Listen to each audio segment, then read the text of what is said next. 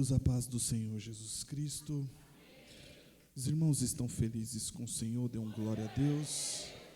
Com a permissão da vossa liderança, podeis tomar o vosso assento. Farei uma leitura um tanto quanto extensa. Antes de abrir o texto sagrado, quero exaltar a Deus com os meus agradecimentos. Agradecer a Deus porque Ele é bom, porque Ele é maravilhoso, porque a sua misericórdia dura para sempre. É por causa da misericórdia do Senhor que nós estamos aqui. A misericórdia do Senhor é a causa de não sermos consumidos. Ela se renova a cada manhã.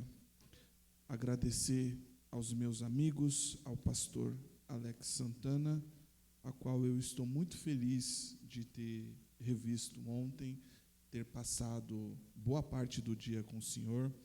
Me meti no problema em casa por isso, porque eu cheguei de manhã e cheguei muito tarde, mas valeu muito a pena, porque te ver bem me deixou bem.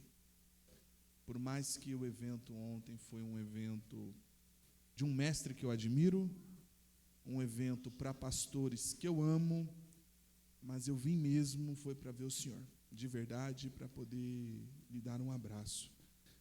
Pastora Tamara, a senhora sabe da admiração que tenho por ti, sabe que ao lado da minha esposa, a senhora é a melhor expositora desse Brasil, de acordo com a opinião do Michael. Então, a minha opinião não serve de muita coisa, né? Mas a admiração, ela é sincera e verdadeira. Estou acompanhado da morena mais linda desse Brasilzão. Fica de pé, amor, fica de pé. Dá um tchauzinho assim para a igreja. Senta ainda não, permanece de pé. Permanece de pé. Deixa eu falar uma coisa para vocês. O Salomão, ele tinha a nega do deserto. Eu tenho a nega de Guaianazes. Quando eu conheci ela, eu perguntei, poderia alguma coisa boa vir de Guaianazes? Ela falou, vem e vê, coisas maiores que essa virão. Coisas maiores está na salinha, já vai fazer 9 anos já. Glória a Deus. Deus é na minha vida. Glória a Deus. Queridos, Evangelho de Jesus Cristo, segundo o registro de João, capítulo de número 19, o verso de número 1 em diante. Enquanto vocês localizam o texto, quero aqui já apresentar para vocês um pouquinho dos meus trabalhos, porque eu sei que no final da mensagem, se Deus nos tomar, eu não consigo falar e aí eu esqueço, né? Então eu já vou falar por agora. Acredito que alguns de vocês já tenham. Essa é minha primeira obra literária, o livro Eclesiastes na Prática. É um comentário bíblico e exegético sobre todos os versículos do Eclesiastes. Eclesiastes é considerado o livro mais difícil de ser interpretado de toda a Bíblia. E nós vemos a prova disso, que é muito raro ver alguém pregar no livro do Eclesiastes. Somente 3 brasileiros escreveram acerca do livro do Eclesiastes. O batista Ed Renekiewicz, o presbiteriano Hernandes Dias Lopes, e não poderia ficar sem ter um assembleano, um tal de Maicon Santos. Escreveu acerca do livro do Eclesiastes sobre todos os versos. Aqui também escrevi um livro, esse já mais de devocional, mais de cabeceira de cama, porque devo orar, 14 lições sobre oração. Se perguntarmos ao Paulo quando é que devemos orar, ele vai dizer aos Efésios capítulo 6 e verso 18 que eu devo orar em todo o tempo. Ele vai dizer aos Tessalonicenses na primeira carta, capítulo 5 e verso 17, que eu devo orar sem cessar.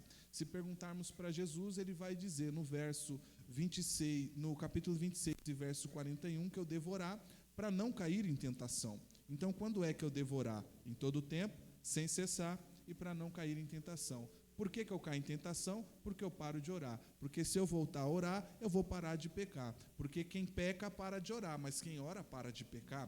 Se perguntarmos, por exemplo, para o Leonard Ravenhill, autor do livro Por que Tarda o Pleno Avivamento, ele vai dizer que não foi no dia em que consumamos o nosso pecado em que caímos, mas foi no dia em que abandonamos o aposento da oração. Se perguntarmos para o Spurgeon, ele dirá que a oração é a chave que abre os tesouros dos céus e fecha as portas do inferno.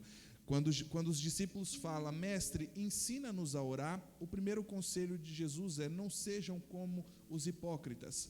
Por que Jesus fala, não seja como os hipócritas? Ele está falando dos fariseus. Só que por que ele não disse fariseus, mas sim hipócritas? Porque hipócritas é uma palavra que vem do grego hipócrites, que significa um ator que dissimula suas ações e emoções em cima de um palco. Jesus está dizendo, vocês querem aprender a orar? Então não vem, eu vou falar o vocabulário da quebrada, tá? Não vem metendo louco. Não vem com máscara fingida. Não vem com uma espiritualidade que você acha que tem, mas eu sei que não tem. É melhor revelar a porcaria que eu sou do que fingir a espiritualidade que eu não tenho. É melhor chegar desse jeito, sem máscara. Isso é só o começo da lição dos segredos da oração do Pai Nosso. Ela está aqui para você pregar, e se você não pregar, eu prego. 14 lições sobre oração, o primeiro livro R$50, o segundo livro R$30. Aceito Pix, aceito crédito, aceito débito. Então, no final do culto, estarei ali na alfândega, esperando por você, nem que seja por um abraço. Mas vamos agora para a parte mais importante, né? Evangelho de Jesus Cristo, segundo o registro de João, capítulo de número 19, assim diz o texto. Então Pilatos mandou açoitar Jesus. Os soldados teceram uma coroa de espinhos e a puseram na cabeça dele. Vestiram-no com uma capa de púrpura e, chegando-se a ele, diziam, salve, rei dos judeus. E batiam-lhe no rosto. Mais uma vez, Pilatos saiu e disse aos judeus, vejam, eu estou trazendo a vocês para que saibam que não acho nele motivo algum de acusação. Se você tem uma caneta ou marca-texto, grife isso. Pilatos não encontrou nele motivo algum de acusação. Verso de número 5, quando Jesus veio para fora, usando a coroa de espinhos e a capa de púrpura, disse-lhes Pilatos, eis aqui o homem. Ao vê-lo, os chefes dos sacerdotes e os guardas gritaram, crucifica-o, crucifica-o. Mas Pilatos respondeu, levem-no vocês e crucifiquem-no. Quanto a mim, não encontro base para acusá-lo. Os judeus insistiram, temos uma lei, e de acordo com essa lei, ele deve morrer porque se declarou filho de Deus. Ao ouvir isso, Pilatos ficou ainda mais amedrontado e voltou para dentro do palácio. Então perguntou a Jesus, de onde você vem?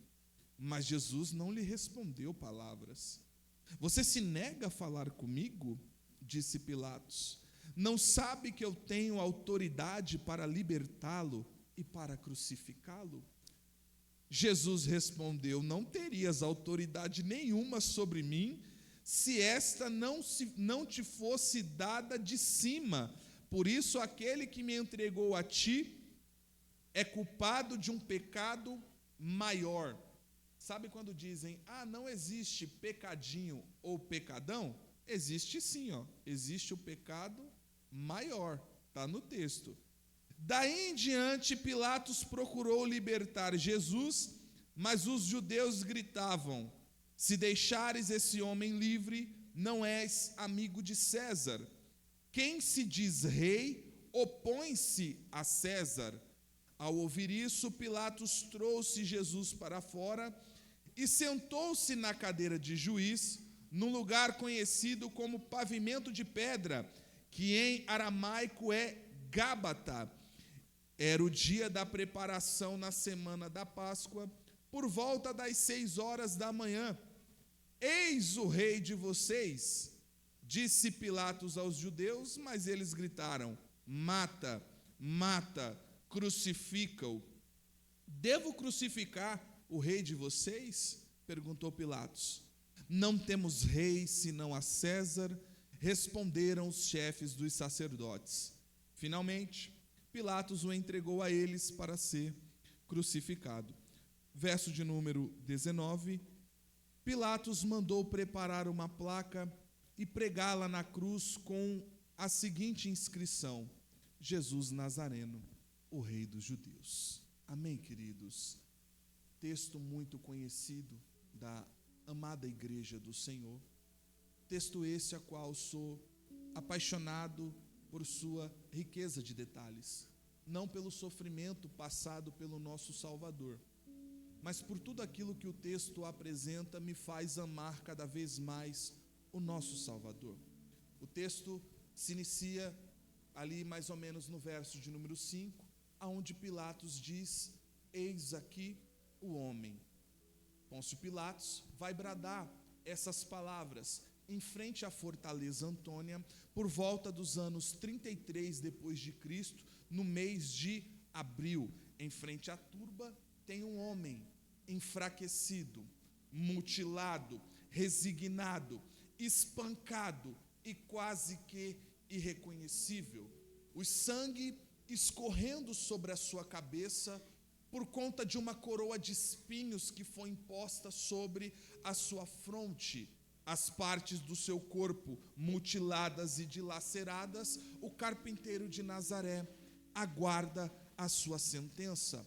E a sua sentença é um grito implacável de uma multidão ensandecida dizendo: mata, mata, crucifiquem-no, crucifiquem-no. O clamor, ele é insano. O clamor, ele é implacável diante de uma multidão que é oscilante. Preste bem atenção, nunca pense que Deus está aprovando, porque uma multidão está aprovando. A voz do povo nunca foi a voz de Deus, muito pelo contrário, nem sempre Deus está com a maioria. Se observarmos o livro de Jeremias, nós vamos perceber que o profeta Jeremias não podia nem pregar dentro do templo, ele pregava do lado de fora para quem estava dentro, porque quem estava dentro não aceitava a verdadeira mensagem de Deus, porque a mensagem vinda para o profeta de verdade era para eles se arrependerem, para eles se entregarem, enquanto nessa mesma época haviam profetas como muitos de hoje. Quais profetas? Os profetas do Pix. Eles diziam que estava para vir um tempo de prosperidade, eles diziam que estava vindo um tempo de bonança. O Jeremias chega até a dizer assim: eu gostaria de verdade que a verdadeira mensagem fosse a de vocês e não a minha. Poxa, que bacana seria, mas não.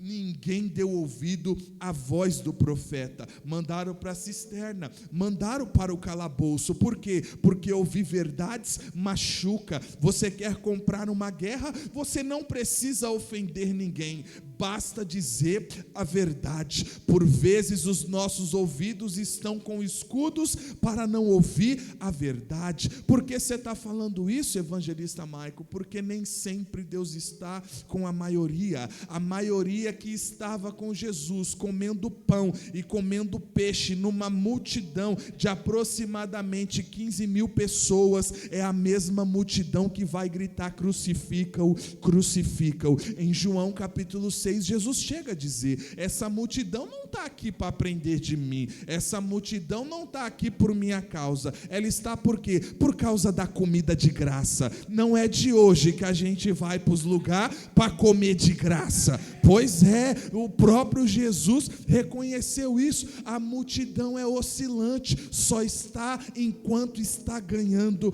alguma coisa. Então, o trajeto que Jesus vai passar nas últimas 24 horas, comumente chamado de a paixão de Cristo, ela se inicia numa quinta-feira à noite. E numa quinta-feira à noite, Jesus vai chamar os seus discípulos para ir até o Getsemane. Ele vai ter a ceia e depois da ceia vai para o Getsemane. No momento da ceia, ele vai revelar que tem um traidor na mesa. E quando ele revela que tem um traidor na mesa, ele vai molhar o pão e vai colocar na boca do traidor, e o traidor vai sair para entregar Jesus.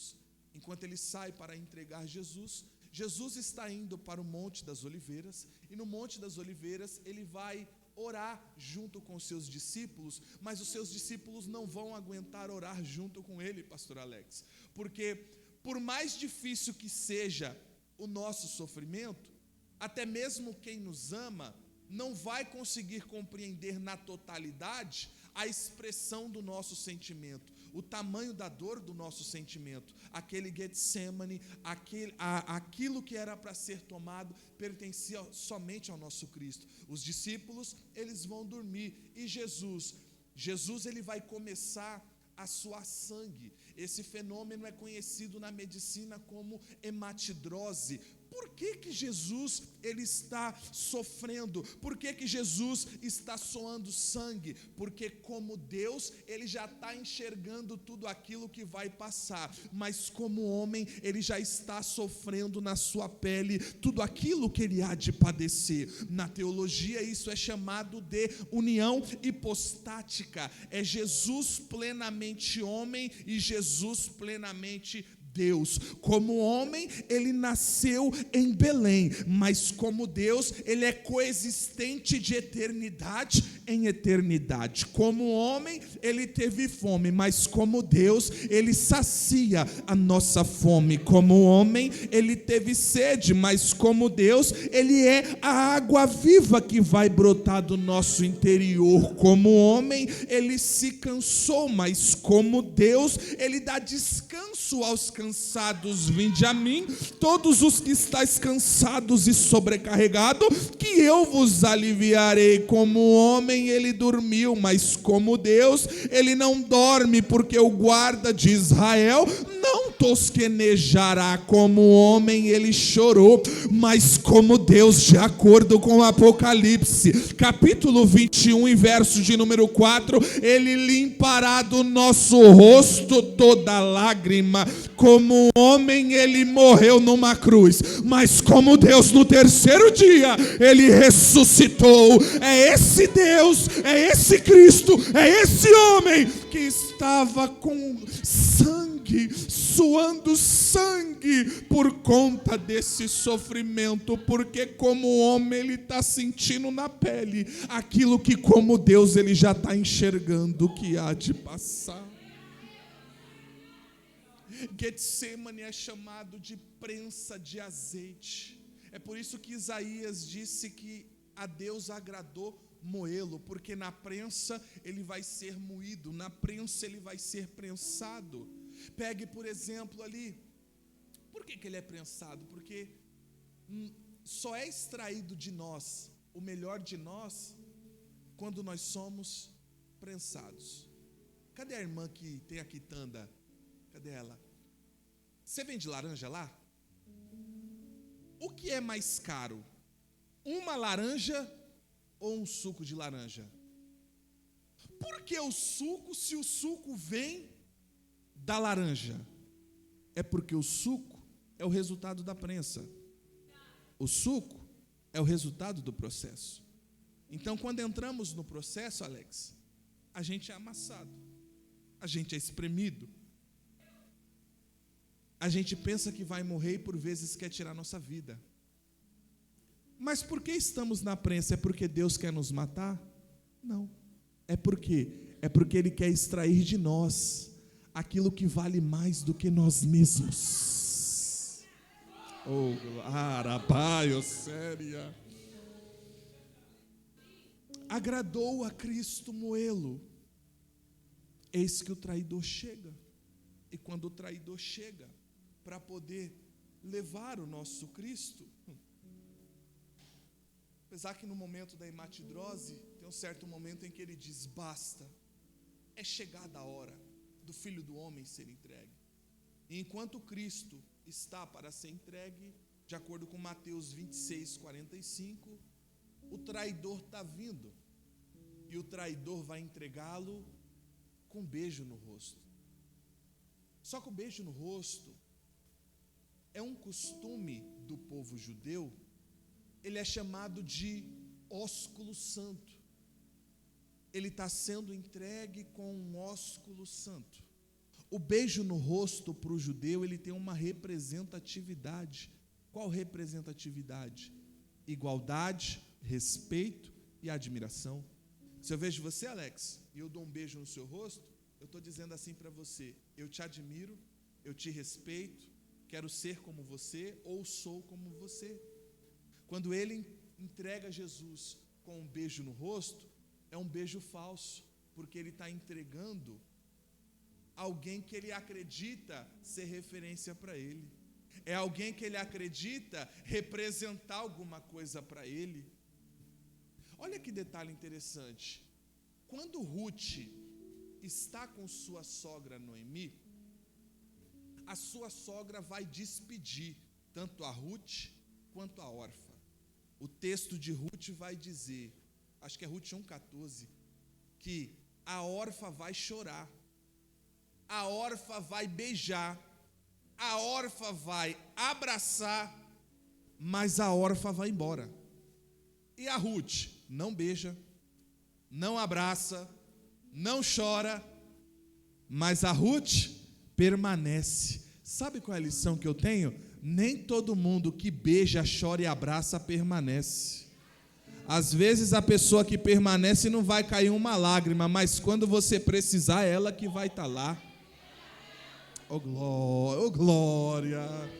Eu gosto de um personagem, ele até passa pela nossa história, eu nem ia falar dele, mas cabe a oportunidade de falar. O José de Arimateia, um senador que serve a Jesus Cristo. Para quem pensa que não dá para colocar crente na política, tá aí, o José de Arimateia, o senador que vai colocar seu cargo à prova ao abraçar a causa de Cristo. E por que ele abraça a causa de Cristo? Porque quem falou que ia estar, quem falou que ia permanecer, quem falou que daria a própria vida, correu, sumiu. E quem é que apareceu? Quem não falou nada.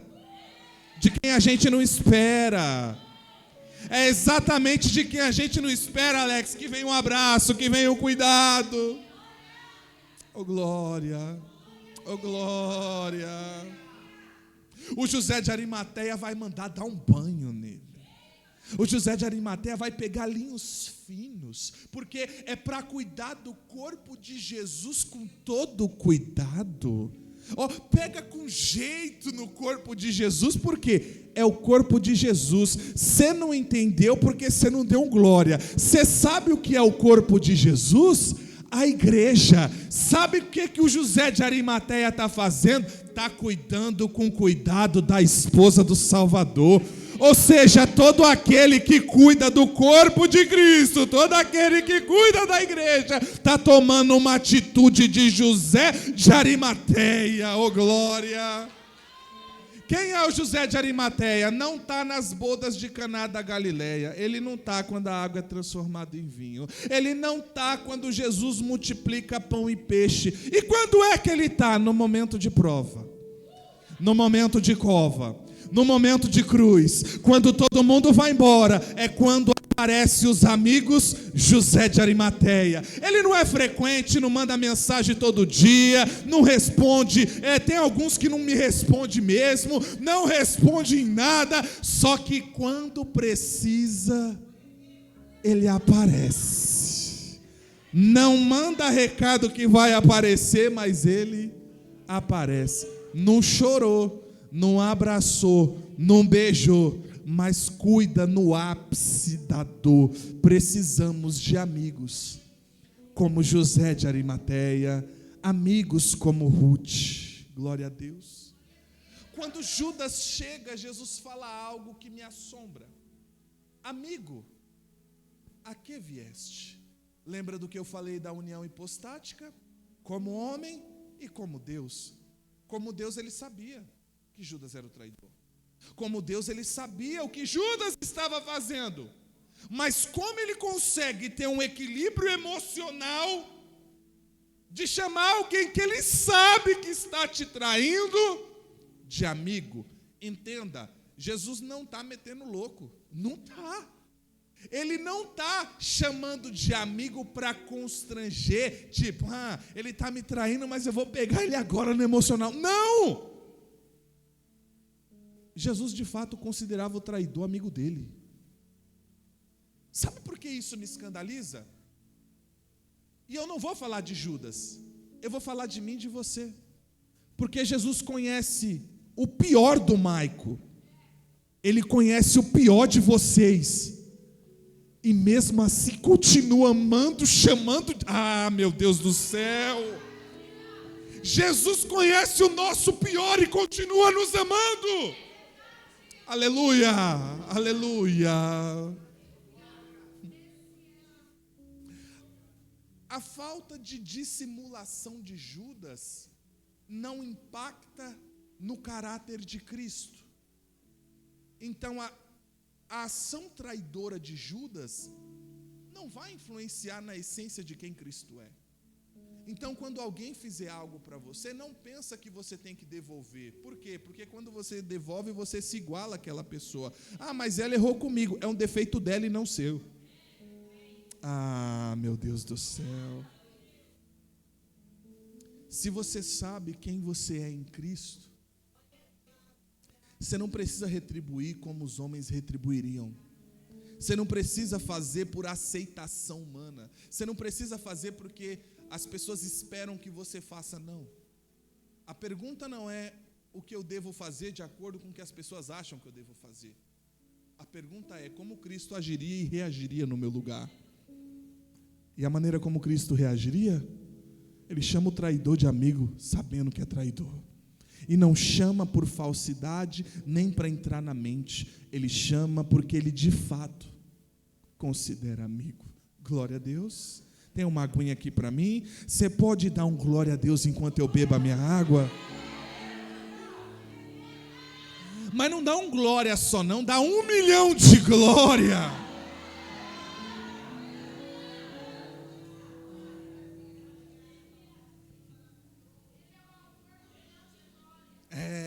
O glória do meme, né? Da figurinha lá no grupo. É eu, gente, na figurinha. Jesus sai de lá e ele vai ser conduzido até a presença do sumo sacerdote Caifás, aonde ele vai passar pelo primeiro, ele vai ser conduzido para a casa do ex-sumo sacerdote Anás, para passar por uma sequência de 6 julgamentos injustos. Só que aqui tem um problema, Alex, porque o primeiro julgamento, ele é às 2h. É proibido julgamento na madrugada. Outro detalhe, Jesus está sendo levado para a casa de Anás, que não é mais sacerdote, que foi deposto do cargo por conta do Império Romano. Então ele não pode julgar. Tinha que ser levado ou ao Sinédrio para ser julgado pelos judeus, ou já ser levado pela manhã na presença de testemunhas, na presença do governador. Dito isso, já erraram aí.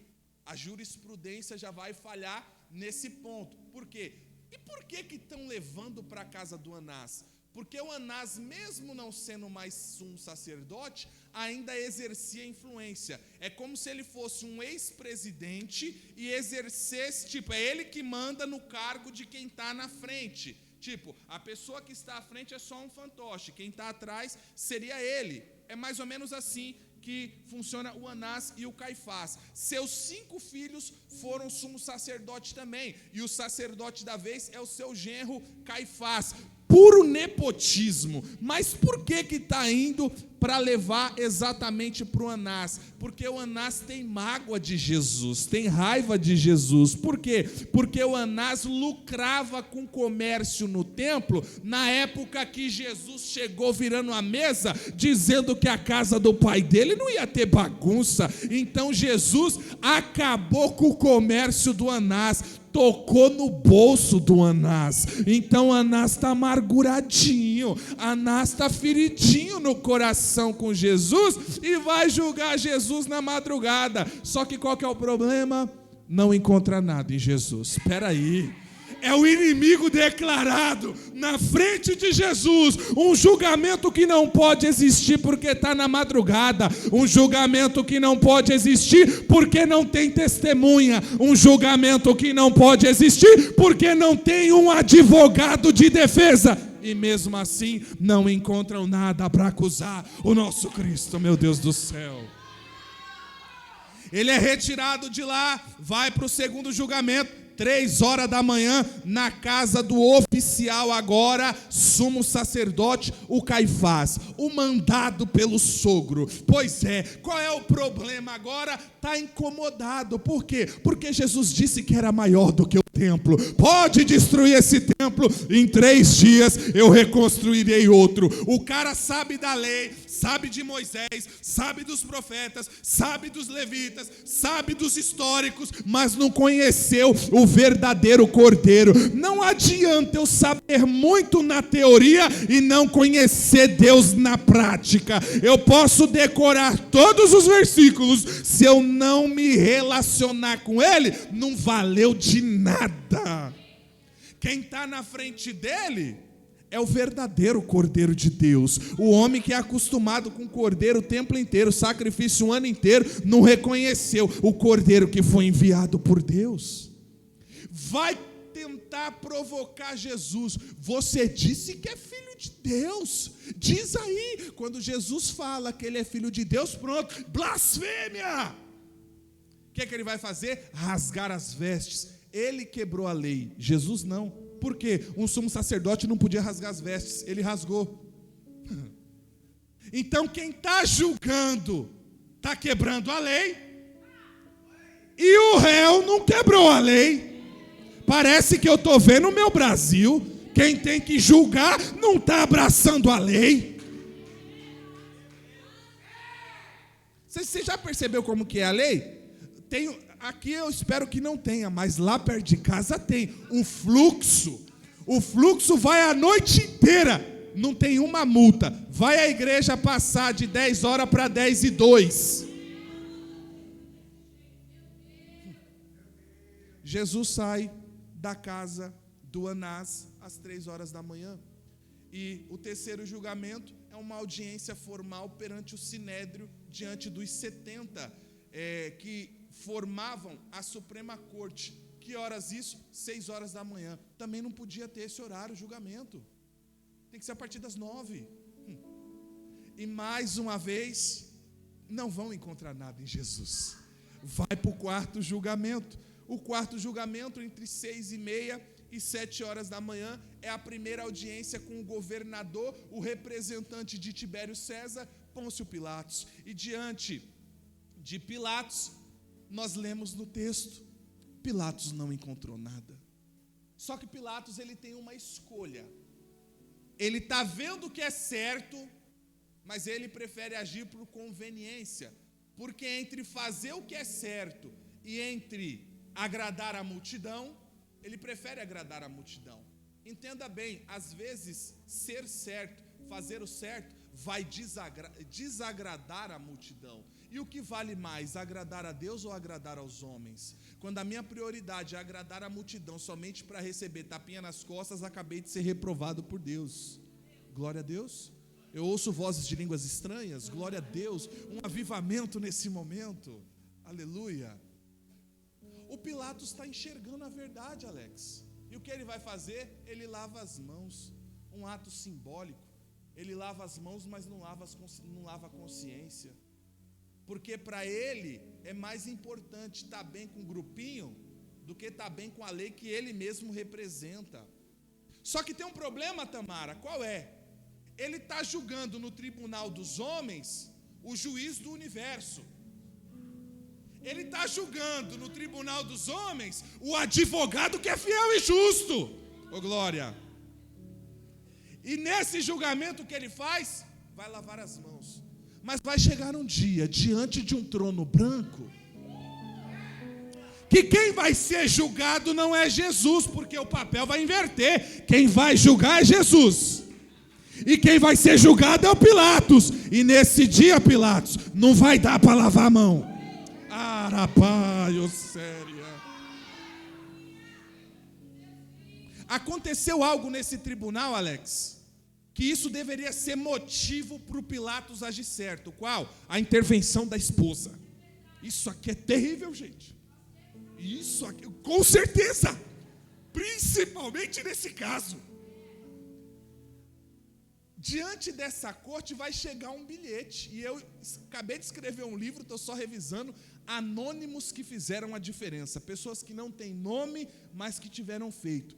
E a esposa do Pilatos teve um feito, por quê? Ela está colocando a vida dela em risco, ao parar uma reunião, e nessa reunião tem um recado da patroa. Qual é o recado da patroa? Não te envolvas com esse justo. Peraí. Ela não tem nome. A tradição chama de Cláudia Prócula, mas a Bíblia não apresenta o nome dela. Então, biblicamente, ela não tem nome, mas ela tem uma mensagem. O que vale mais, ter nome ou ter mensagem? A mensagem dela não é baseada em achismo, ela tem uma certeza: ele é justo. Oh, glória. Tem uma sentença na mensagem: não se envolvas. Por quê? Porque essa noite eu fiquei muito perturbada em sonho por causa desse justo. Sai daí, Pilatos! Eu fico imaginando como esse cara chegou em casa depois. Porque, sendo bem sincero, eu vou falar por mim, tá? Para mim não tocar na sua santidade. Que eu sei que só eu posso ter errado isso, e eu acredito que vocês nunca erraram nisso, mas se eu falhei em algo que a minha esposa mandou fazer de um jeito, e eu fiz do outro, eu não quero nem olhar para ela.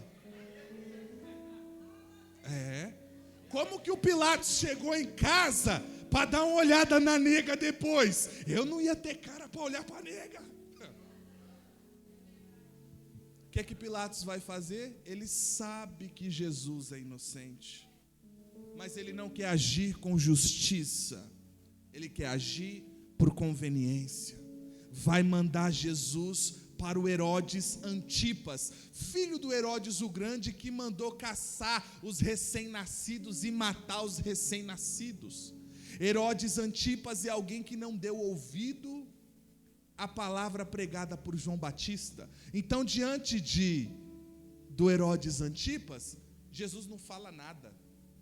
Nos outros julgamentos, Jesus falou. Nesse julgamento, silêncio total. E se tem algo que machuca, é o silêncio de Deus. O silêncio machuca mais do que a doutrina.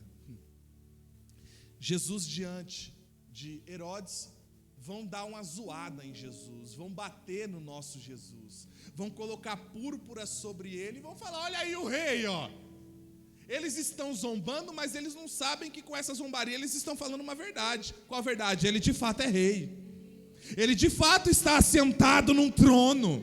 Ele de fato julgará todos nós. Ele de fato é o Salvador da nossa alma.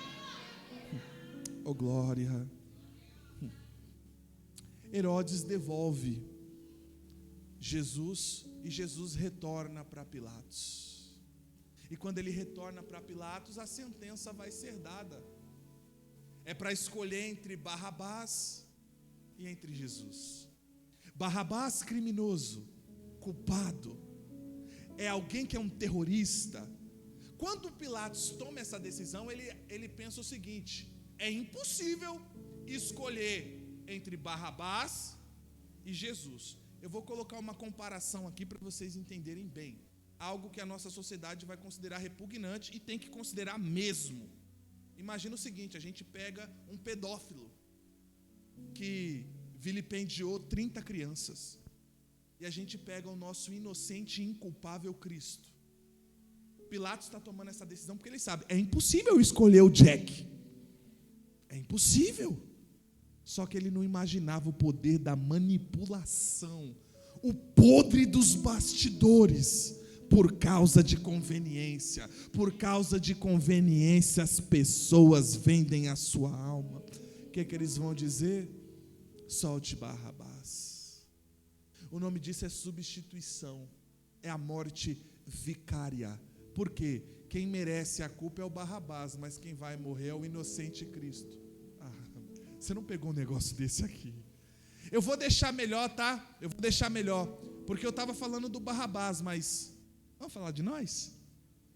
Romanos 3:23, porque todos pecaram e destituídos estão da glória de Deus. Não foi 1/3 que pecou, 10% que pecou. Paulo está dizendo que foi todos. mas tem um agravante. Qual agravante? Pecado é pagamento de salário. Romanos 6:23, o salário do pecado é a morte. O pagamento do pecado é a morte. Então, quem pecou tem que morrer. Só que qual que é o problema? Todo mundo pecou. Então, todo mundo tem que morrer. É por essa razão que quando João foi arrebatado ao céu e vê o livro fechado com 7 selos e não enxerga ninguém digno de abrir, nem no céu, nem na terra, nem debaixo da terra, ele chora. Por que ele chora? Porque se todo mundo pecou, não tem como redimir. Vai todo mundo morrer em condenação. Só que tem um inculpável. Ah, meu Deus. Oh, glória! Tem alguém inocente que pega minha ficha criminal de pecado e fala assim: Maico, meu nego, ele me chama de meu nego, que a gente tem intimidade, né? Meu nego, passa aqui essa ficha, que como você não consegue pagar, eu financio, eu pago. Mas Senhor, o Senhor não tem culpa. Eu sou culpado, eu sou condenado, eu mereço, o Senhor não merece, não tem problema, eu te amo tanto que eu prefiro pagar no teu lugar. Ah, meu Deus do céu.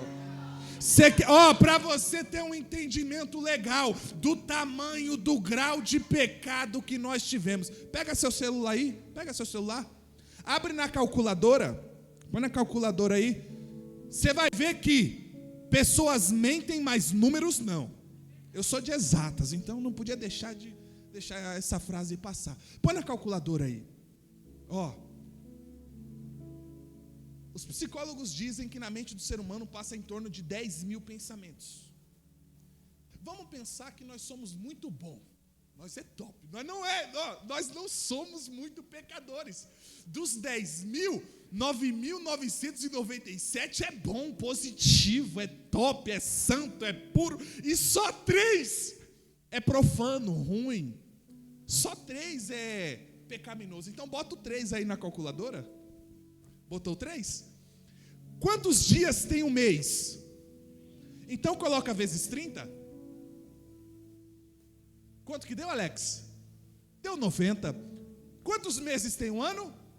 Então coloca vezes 12. Quanto que deu? 1080. A lei do Senhor não são somente 10 mandamentos. São 613 preceitos, estatutos e ordenanças. E o Tiago disse que se eu quebrar a lei em um só ponto, eu pago por ela inteira. Então, se na minha vida inteira eu pequei só uma vez, eu quebrei 613 preceitos, estatutos e ordenanças. Então, coloca aí vezes 613. Quanto que deu aí, meu amigo? Agora multiplica pela sua idade. Multiplica aí. Quanto que deu aí, Tamara? Pode arredondar para menos. Misericórdia. Da pastora Tamara. Então, vamos usar a pastora Tamara como exemplo, né? Se nós pensarmos positivo, o nosso status diante de Deus seria com 27 milhões de transgressões contra Deus. Quem no tribunal pode sair impune com 27 milhões de transgressão? Como que é o seu nome? Rosane? Losane. Aí o que ele faz? Ele pega os 27 milhões, a ficha criminal da Tamara. Pega os 40 milhões ali do Alex. Chutando baixo, tá?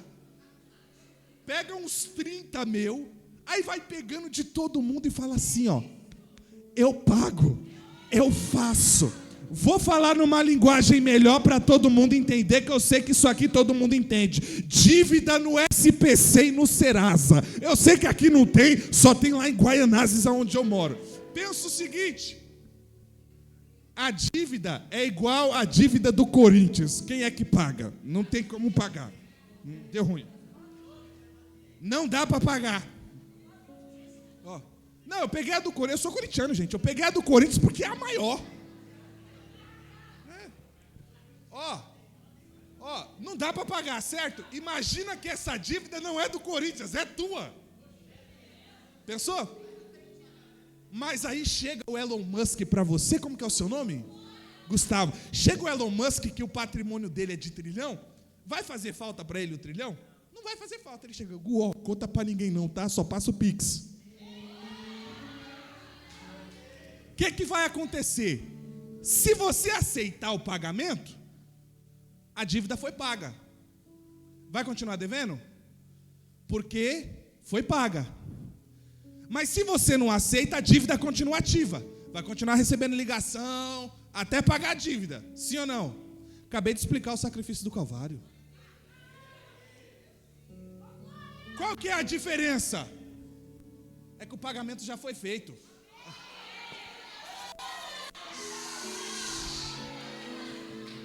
O pagamento já foi feito, já tem um comprovante, e o que falta? Eu aceito Ele como meu Salvador. Oh glória! Arabaio, séria, cantarabaçou.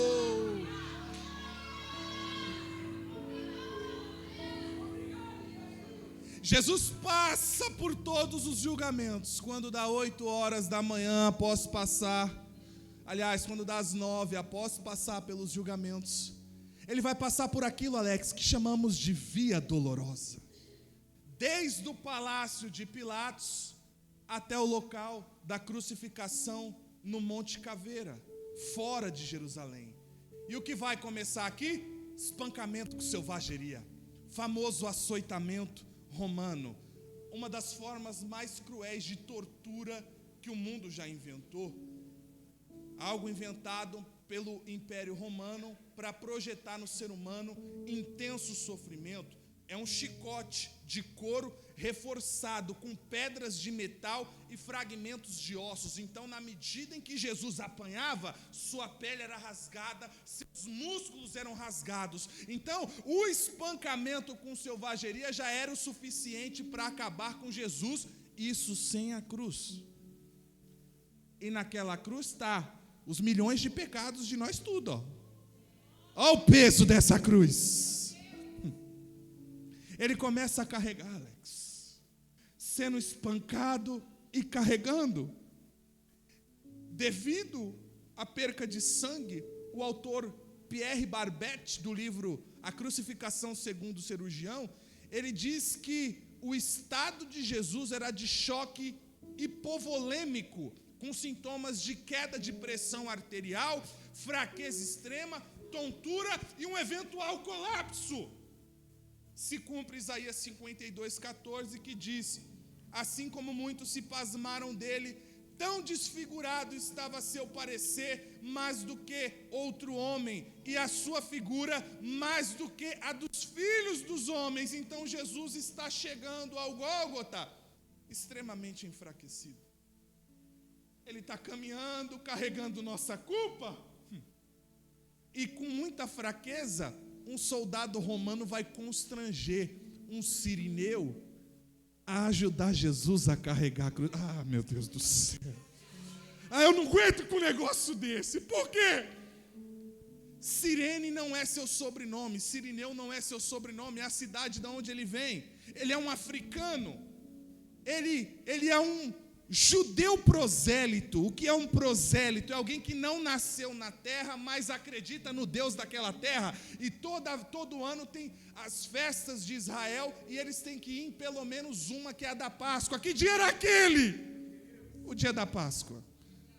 O Simão chegou lá, trabalhou, ele vai com uma veste branca, porque ele tem que ir para o templo.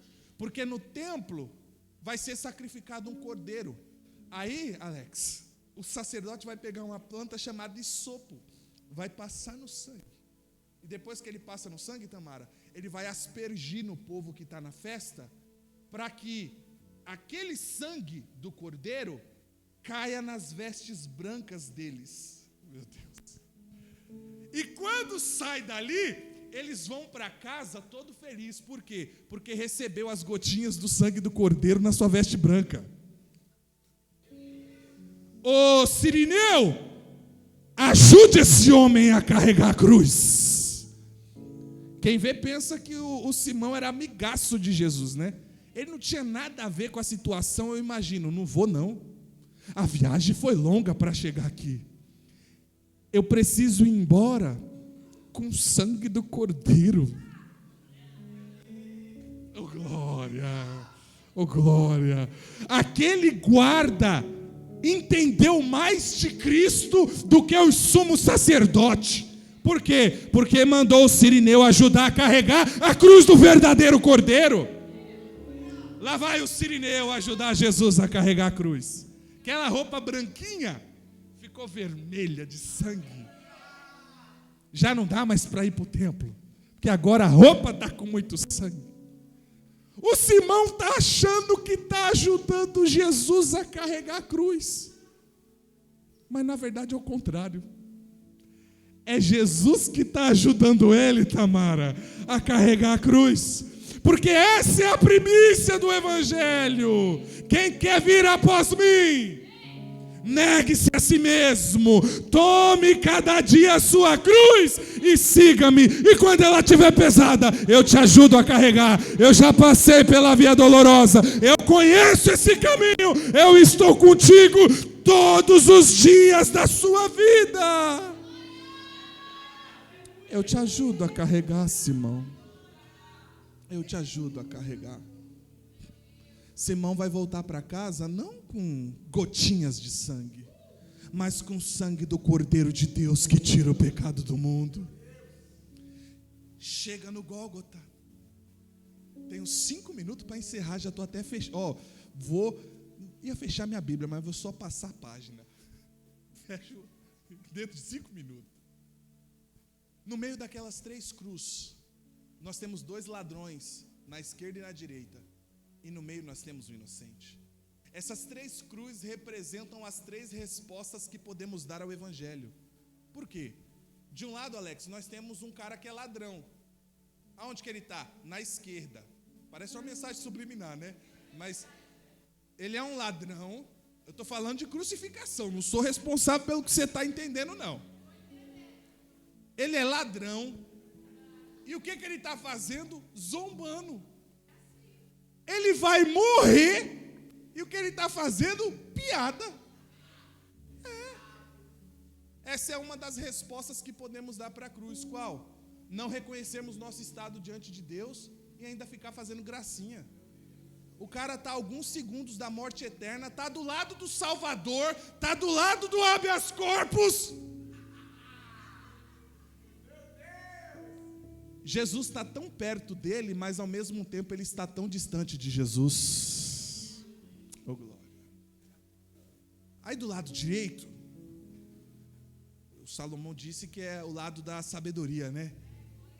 No lado direito tem um outro que também está condenado. Ele merece estar condenado.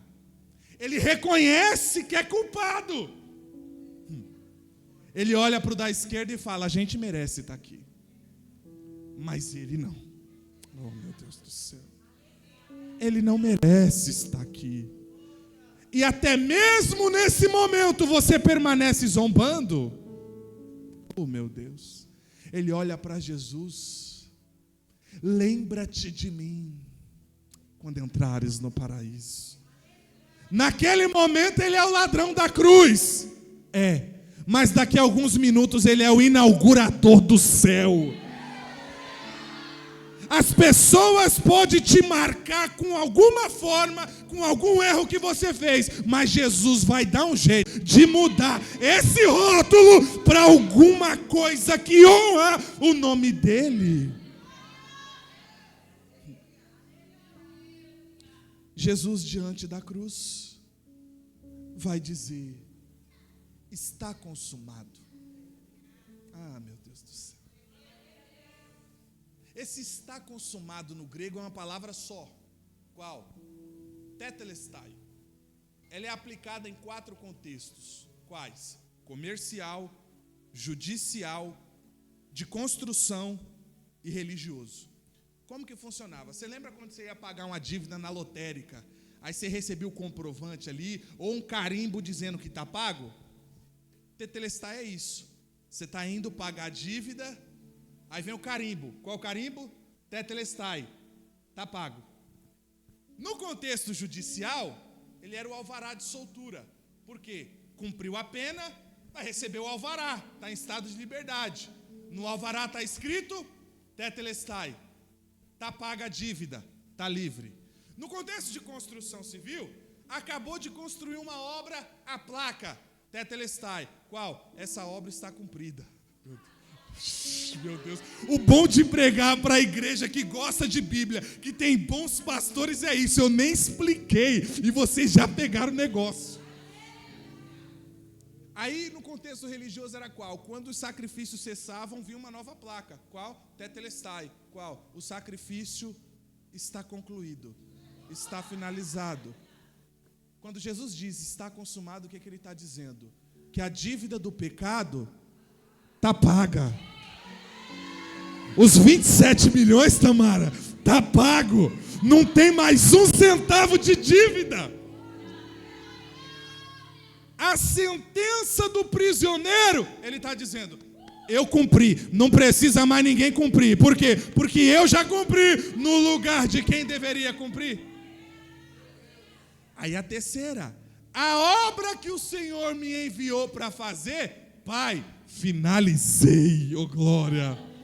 Aí a quarta, o sacrifício necessário está consumado, está finalizado, está completo. Quem recebe essa palavra? As suas melhores palmas exaltam o nome do Senhor. Está pago. Está pago. Glória a Deus.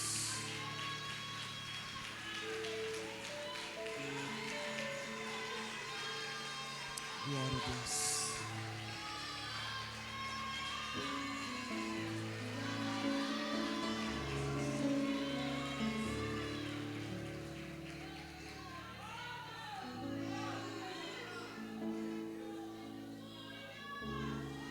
Hoje você teve uma ideia